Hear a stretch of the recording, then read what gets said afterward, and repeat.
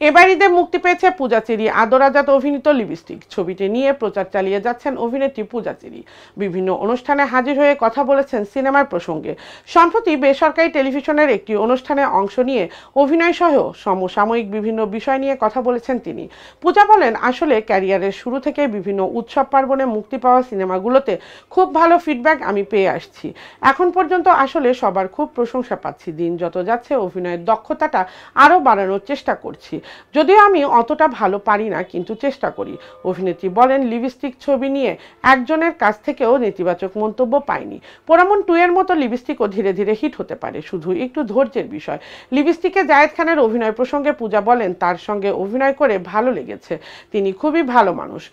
এবার হলে গিয়ে সিনেমা দেখা হয়নি, ব্যস্ত আছি লিপস্টিকের জন্য, হলে হলে দৌড়াচ্ছি। সামনের ঈদে মুক্তির অপেক্ষায় আছে মাসুদ রানা, ওটা নিয়ে ব্যস্ত আছি। সাকিব খানের প্রযোজনায় মায়া সিনেমায় কেন আপনার জায়গায় ইথিকা পাল, এই প্রসঙ্গে পূজা চেরি বলেন, আমার আসলে গল্পটা দেখে অভিনয় করি। মায়ার গল্পও ভালো, তবে ব্যাটে বলে মেলেনি, সামনে হয়তো হবে।